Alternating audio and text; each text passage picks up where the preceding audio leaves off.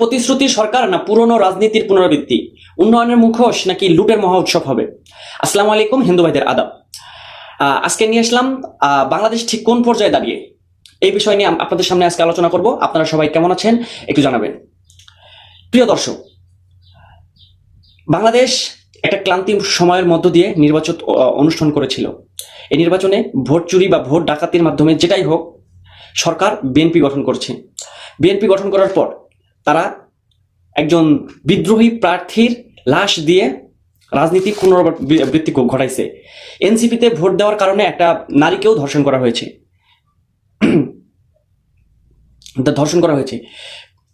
প্রিয় দর্শক, এই যে ধর্ষণ, এই যে হত্যাকাণ্ড, তারপরে হচ্ছে চাঁদাবাজি দিনের পর দিন চলে আসছে। এই যে কাল পরশু একজন চাঁদা না দেওয়ার কারণে এক লেগুনা ড্রাইভারকে সরাসরি মারিয়া ফেলাইছে, পিটায় হত্যা করে ফেলাইছে। হ্যাঁ, চাঁদাবাজির জন্য মন্ত্রী পর্যায়ের লোকজন তারা বলে যে রোডে যে চাঁদাগুলা তুলবে সেগুলো চাঁদা নয়, সমঝোতা। এগুলো নাকি সমঝোতা, মানুষ কষ্ট করে কামাই করবো আর ওরা টাকা নিয়ে করবো সমঝোতা। যাই হোক, আমি হয়তো বুঝছিলাম যে জাতির জন্য একটা খারাপ সময় অপেক্ষা করতেছে, কিন্তু এই খারাপ সময়টা এত দ্রুত চলে আসবে এটা আমরা ভাবতে পারি না। এই যে লেবু নিয়া কি একটা কাহিনী। 60 টাকা কেজি লেবু ছিল, এখন লেবু হয়ে গেছে গা 120 টাকা, 150 টাকা কেজি হয়ে গেছে গা। বাপরে, কাঁচা বাজারের দাম বেড়ে গেছে গা। ঠিক আছে, চাঁদাবাজি তো হচ্ছেই, ধর্ষণ হয়ে যেতেছে। তাহলে কি আবার পুনরায় 2001 সাল থেকে 2006 সাল পর্যন্ত যে বাংলাদেশ দুর্নীতিতে চ্যাম্পিয়ন ছিল, বিশ্বের বুকে একটা দুর্নীতিতে বাংলাদেশের একটা নাম ছিল, এখন কি ওটা কি আবার পুনরায় হইতে চলছে? ঠিক আছে, এটা আবার পুনরায় হইতে চলছে।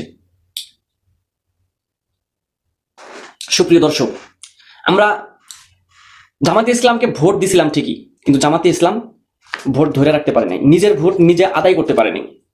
ঠিক আছে, হ্যাঁ ভোট দিয়ে জনগণ সংবিধান সংস্কার চায়, কিন্তু তারা সংস্কারের পক্ষে তারা শপথই গ্রহণ করে নেয় এখনো। সব থেকে গুরুত্বপূর্ণ একটা কথা, এখন পর্যন্ত হাদি হত্যার বিচারটাও হয়নি। মন্ত্রী পর্যায়ের কোনো লোকের মুখে হাদি হত্যার বিচারের কথা শোনাই যায় না। এই সরকার কি আমাদের জন্য লজ্জা দিচ্ছে না?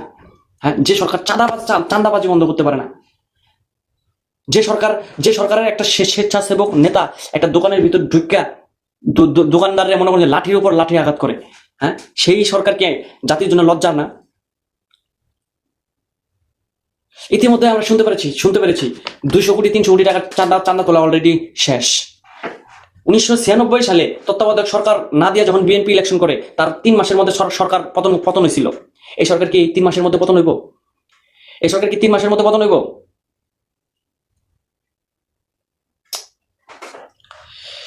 একটা জিনিস মনে করেন যে মাথায় রাখবেন, যে জনগণ যদি সুস্থ স্বাভাবিক না থাকে, জনগণ যদি মানে পিছাইতে যখন দেয়ালে পিঠ থেকে যাবো গা, তখন ওই যে আওয়ামী লীগ সরকারের মতো। আওয়ামী লীগ সরকার তো দেশের 70% ছিল, তাদের একটা জনপ্রিয়তা ছিল। ঠিক আছে, তাদের একটা জনপ্রিয়তা ছিল, তারা হুরলে মনে করেন যে মানুষে মাথায় রাখতো। কিন্তু আপনারা তো তাও পারতেছেন না। আপনারা তো দিনে দুপুরে ধর্ষণ করতেছেন, আপনারা তো দিনে দুপুরে চাঁদাবাজি করতেছেন, আপনারা তো মনে করেন যে একটা হত্যাকাণ্ডের বিচার করতে পারতেছেন না। এই যে কতটা দেউলিয়া হইলে একটা রাজনৈতিক দল ঠিক এইভাবে সরকার গঠন করে। ঠিক আছে, আপনারা আওয়ামী লীগের পুনর্বাসন করতেছেন। ঠিক আছে, এই যে নড়াইলের কথা মনে আছে, আজকে যে নড়াইলে 5 জন মারা গেল। ঠিক আছে, আধিপত্য বিস্তার নিয়ে 5 জন মরে গেছে।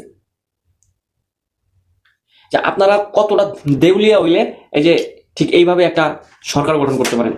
ঠিক আছে, ঋণ খেলাপিদের দিয়ে আপনাদের মন্ত্রিত্ব ভর্তি। আপনারা যে একটা ধর্মমন্ত্রী বানাইছেন মোফাজ্জেল, অয়ত ঋণ খেলাপি, অয়ত আজকে জামাতের নেতাদের নামে হচ্ছে গিয়ে তারা বদনাম করে।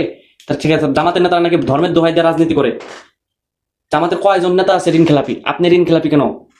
হ্যাঁ, আমি যদি এখন প্রশ্ন করি আমার হাদি হত্যার বিচার কত দূর, একজন বিপ্লবীর বিচার কত দূর, উত্তর দিতে পারবেন? বলেন। জুলাই সংবিধান সংস্কারের সদস্য হিসাবে কেন আপনারা শপথ গ্রহণ করলেন না? আজকে এই পর্যন্ত গাইস, নেক্সট ভিডিওতে কথা হবে। সবাই সঙ্গে থাকুন, সুস্থ থাকুন, ভালো থাকুন। আল্লাহ তাআলা যত আপনাদের ভালো থাকে, দোয়া করবেন আমাদের জন্য। এই চ্যানেলের সাথে থাকুন, আমার সাথে থাকুন। ভিডিওতে এটা সাবস্ক্রাইব করে দিয়ে বেল বাটন অন করে দেন। আমার ভিডিও ছাড়ার সাথে সাথে আপনাদের পাশে চলে যাবে। সবাই ভালো থাকবেন, সুস্থ